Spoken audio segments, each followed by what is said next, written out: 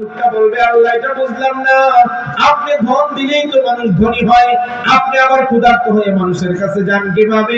আপনি আবার পিপাসার্ত হয়ে মানুষের দরজায় যান কিভাবে? আপনার কাপড়ের প্রয়োজন হয় কিভাবে?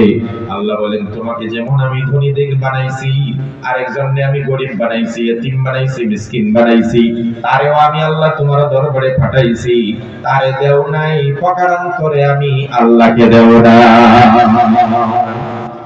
দুনিয়ার মানুষেরা এখানে অনেক এতিম গরিব আছে। নবীজি বলেন, কোন মানুষ যদি কোন এতিমের মাথায় শুধু হাত বুলিয়ে দেয়, এই হাতের নিচে যতগুলো পশম পড়বে সমপরিমাণ সওয়াব আল্লাহ তাকে দান করে দিবেন।